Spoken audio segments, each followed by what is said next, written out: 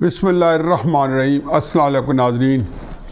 एक चीज़ होती है मकाफ़ात अमल, अंग्रेज़ी में उसको कहते हैं रेट्रीब्यूशन। बहरहाल इस पे तो रोशनी डालते हैं।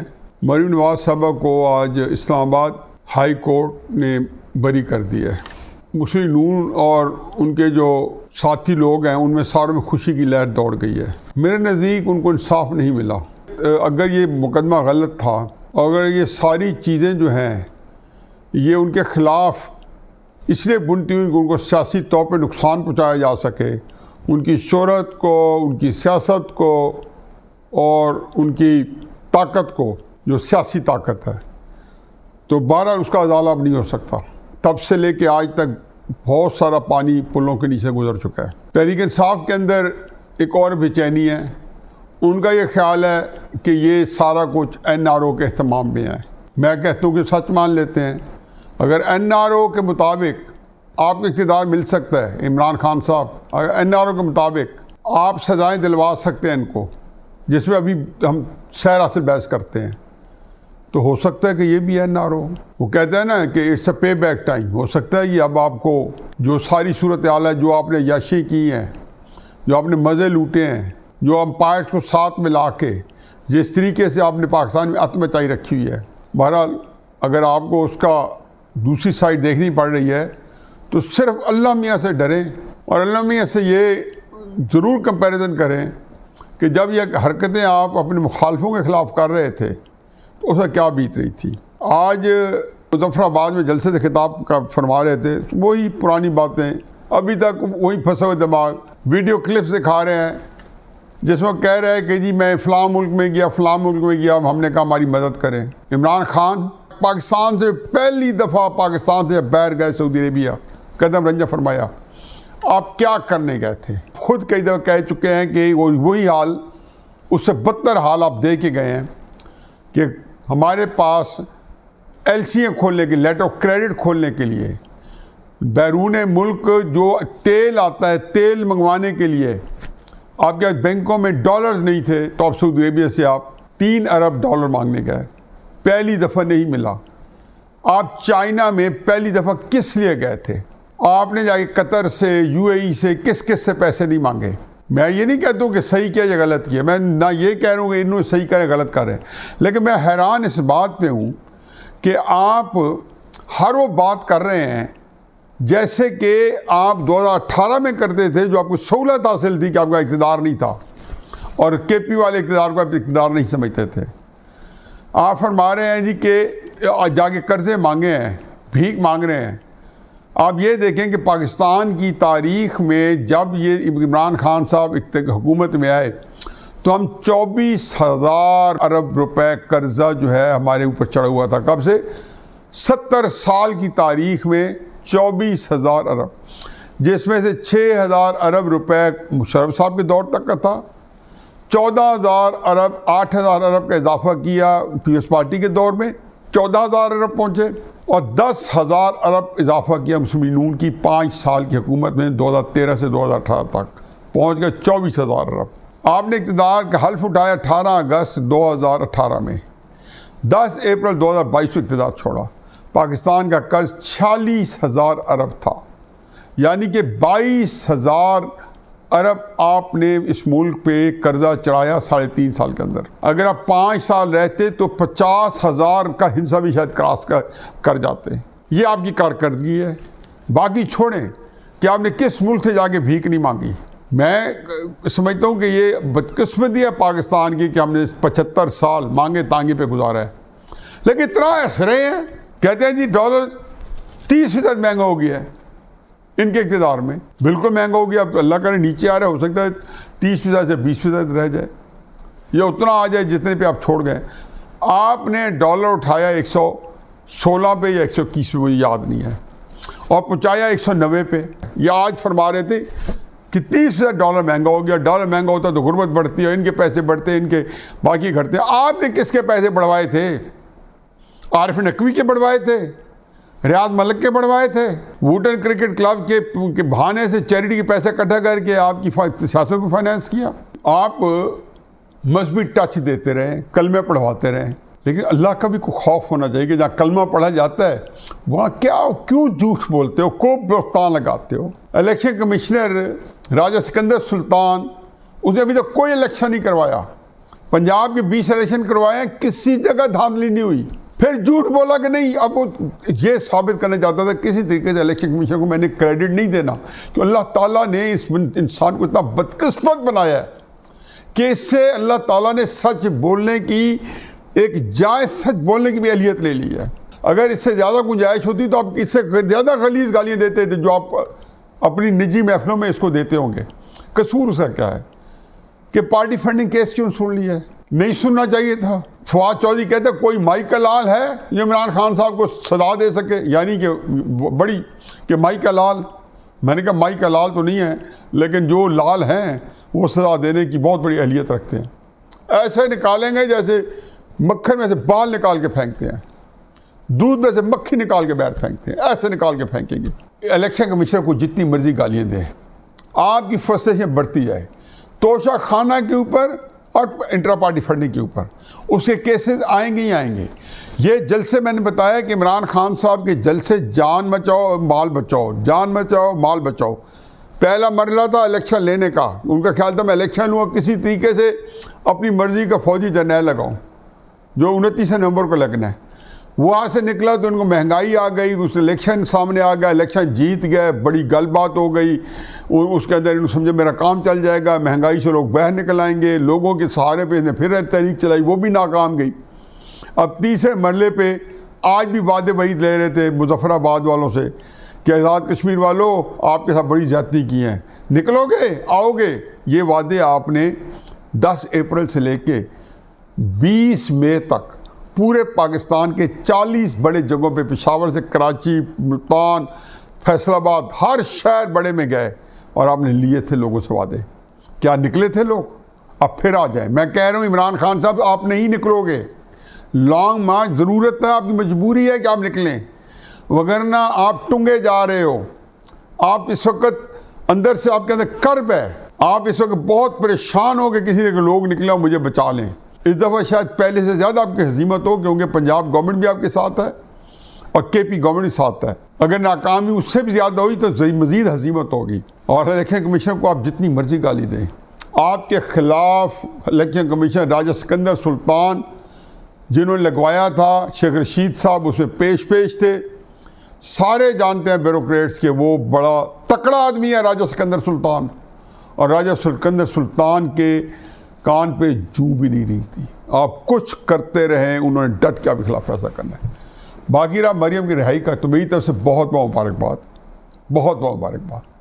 लेकिन मैं फिर कहता हूँ जो पाकिस्तान का निज़ाम मरियम नवाज़ साहब और नवाज शरीफ साहब को सज़ा दे के एक्सपोज हुआ है, मेरा ख्याल है कि ये बहुत ज़रूरी था। बड़ी तकलीफ़ में गुजरे हैं कि एक बंदा अपनी बीमार बीवी को भूल के आया, और ये उस वक़्त भी ये इतने जलील थे इमरान खानी का जो टोला जो है, ये मरियम नवाज ये कहते रहे। वो एहतसास जो है जो आजकल भी लगा हुआ होता है, उसको इतनी शर्म नहीं आती कि उसने भी कह दिया कि ये कुलसूम नवाज बीमार नहीं है, भाना है। ये हॉस्पिटल में ICU में घुस गए और फिर बताया कि ये अस्पताल तो वो है कि जिसमें ये खुद जो है अपनी मर्ज़ी का इलाज करवाते हैं, अपनी मर्ज़ी का अस्पताल है, प्राइवेट अस्पताल है। सारी बातें की, वो बेचारी अल्लाह के पास चली गई। इन लोगों की बकवास में कब गई जब ये मरीम नवाज और नवाज शरीफ साहब जेल में थे। इससे ज़्यादा क्या तकलीफ में आप दे सकते थे? बाप को बेटी के साथ जेल में डाला। जब वो 13 जुलाई को यहाँ पे आया तो उसको 7 दिन पहले 6 दिन पहले सज़ा मिल चुकी थी।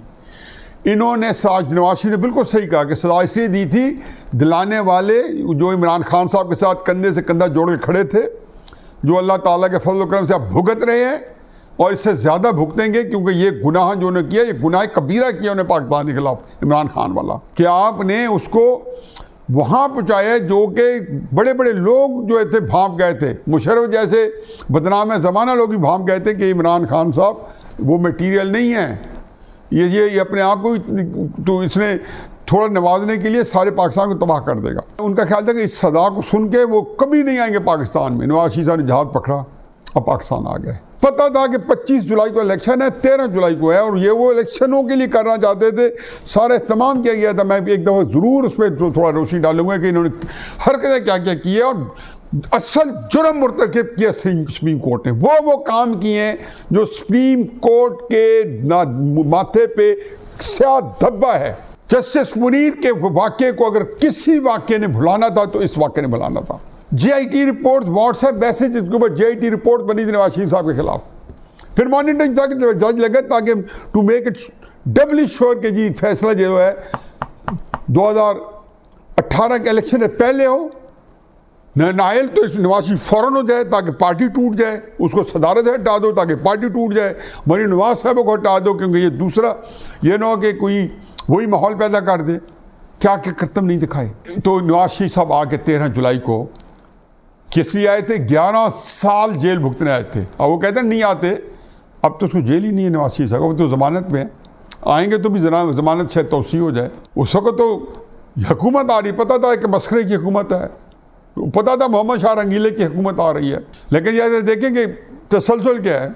2014 में इमरान खान और कादरी को निकाला कि सियासत नहीं, रियासत बचाओ। प्रोजेक्ट इमरान खान नाकाम हो गया क्योंकि वो इतना इस लेवल का था कि वो सारी एम्पायर की उंगली जो थी, जो साथ लेके आया था, वो उंगली जो है वो भी काम ना आई। इतना ये इसके हालात कमज़ोर थे।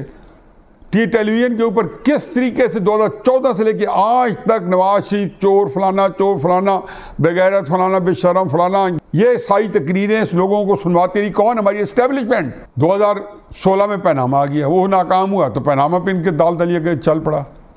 पनामा में जो पहला चीफ जस्टिस था, जब नवाज शरीफ ने खुद कहा कि मेरा केस आप सुने। जब ये 2016 में जलसे जुलूस कर रहे थे तो एक सुप्रीम कोर्ट के जज है, उस चीफ जस्टिस नहीं है, आसिफ सईद खोता साहब, तीसरे चौथे नंबर का जज है। वो इमरान खान साहब को मैसेज भेजता है कि आप मेरे पास आए, दरख्वास्त दें और मैं सुप्रीम कोर्ट का बेंच बनवा देता हूँ। सो मोटो ले लिया। जो कुछ कहते थे वो माना जा रहा था, क्योंकि वहाँ टारगेट किया गया। JIT बनी व्हाट्सएप के ऊपर, अभी अर्ज कर चुका हूँ। फिर मॉनिटरिंग जज लगा, फिर अरशद मलिक की भी टेप आपके सामने आ गई। बशीर बेचारा जज जो दूसरा है, उसमें क्या बीतती रही है। रेंजर्स किस तरीके से वहाँ पे एक दिन पहुँचे तो तैनात खड़ी है जी, मुस्लिम नून की हुकूमत है, पता नहीं है, लेकिन रेंजर्स वहाँ खड़ी है। और वहाँ पे ISI का कर्नल साहब जो है मुँह छुपा के वहाँ घुस रहा है, मुँह छुपा के निकल रहा है। क्या क्या करते हुए कारनामे हमने नहीं दिखाए इस नमूने को, इस हीरो को तराशने में।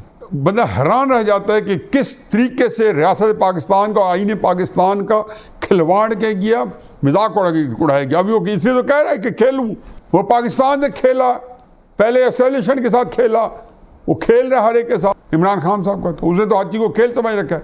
इसलिए तो कल फरमा रहे थे कि मैं अमरीकी मरासले के ऊपर भी खेलूँगा, और खेल रहा हूँ। अभी कहते मैंने खेला नहीं हूँ, अब क्या कहें, वो क्या खेलेगा रियासत पाकिस्तान के साथ। मेरा ख्याल है कि अल्लाह ताला एक मौजूद है, और जब अल्लाह ताला सो मोटो लेता है, जो ये खुद फरमाता है, इसका ख्याल था कि ये अल्लाह को की नुमाइंदगी कर रहा है, किस बिहाफ पे कर रहा है, कौन से अमल की वजह से कर रहा है, कौन सा इसका चाल चलन लक्षण है जिसकी वजह से अल्लाह मियाँ की नुमाइंदगी करता है। जिसको ये कहता है अल्लाह मियाँ की जो नुमाइंदगी करता है, अल्लाह करे कि बन जाए, अल्लाह करे बने।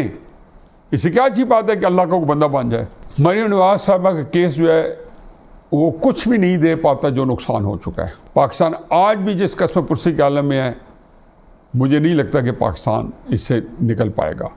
ये बड़ी मेहनत शाखा के बाद 2014 का जो प्रोजेक्ट इमरान था, ये उसका सारा हिस्सा है। मरीम की सज़ाएँ, नवाज शरीफ की सज़ाएँ, ये सारा कुछ। और आज भी प्रोजेक्ट इमरान जो है, एसोसिएशन इससे बरात लेना चाहती है, लेकिन ऐसा ये कम्बल है कि उनको नहीं छोड़ेगा, क्योंकि उनको भी अल्लाह ताला ने उनके कुछ अमाल की सज़ा देनी है और मिलनी चाहिए। कुछ थोड़ा बहुत मैंने कहा ना कि कितनी दफ़ा मैंने कहा था 4-5-6 महीने पहले कि मैंने कहा इस दफ़ा आप लोगों ने दोज़ख में हमारे साथ रहना है। कहा था या नहीं कहा था? मेरे सारे जो यूट्यूब चैनल देखते हैं वो जानते हैं। बहरहाल अल्लाह ताला रहम करे इनके हालात पे, हमारे हालात पे। आज के दिन इस लिहाज से अच्छा है कि इफ्तिताह हो गई है, लेकिन ये भी कोई चाल ना हो कि इमरान खान साहब को पिछाड़ने के लिए मरीम नवाज साहब को वक्ती तौर पर ले आएँ, लेकिन अमलन हम नहीं आने दें या नवाज शरीफ को नहीं आने दें। आप लोगों ने एक दफ़ा एक मुंतखब वज़ीर आज़म जो कि पाकिस्तान में सबसे ज़्यादा वोट्स लेके एब्सोल्यूट मेजॉरिटी के साथ 2013 में बना था। कोई मखलूत हुकूमत नहीं बनाई थी, इत्तेहादियों के साथ नहीं बनाई थी, अपनी हुकूमत बनाई थी। और उस बंदे को आपने सिर्फ ब्लैक लॉ डिक्शनरी के ऊपर, उस बंदे ने जो कि शौकत खाना के अंदर इस वक्त नौकरी कर रहा है। ये सारे लोग जो है ये टाउट अपने टाउट हैं और कि मोरे हैं, लेकिन कई दफ़ा चीज़ें अपने ऊपर ही पलट पड़ती हैं।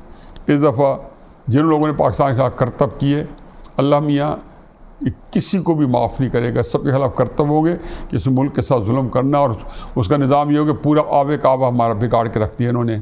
सियासत तो बिगड़नी थी। उम्मीद है कि हम नवाज शरीफ साहब भी आएंगे और वो भी इससे निकलेंगे, लेकिन उससे पहले इमरान खान साहब का हिसाब हक़ी सच्ची हो, बिल्कुल इस तरह ना हो जिस तरीके से गैर शरई तरीके से इनका हो, नवाज शरीफ का, मरीम का, बिल्कुल फेयर ट्रायल हो और उसको पूरा मौका मिले। और उसके बाद जो अगर उनको इंडाइट करें तो सबूतों के साथ करें, सुनी सुनाई कई बातें और GITA बनवा के ना करें। वमा अलैना इल्लल बलाग।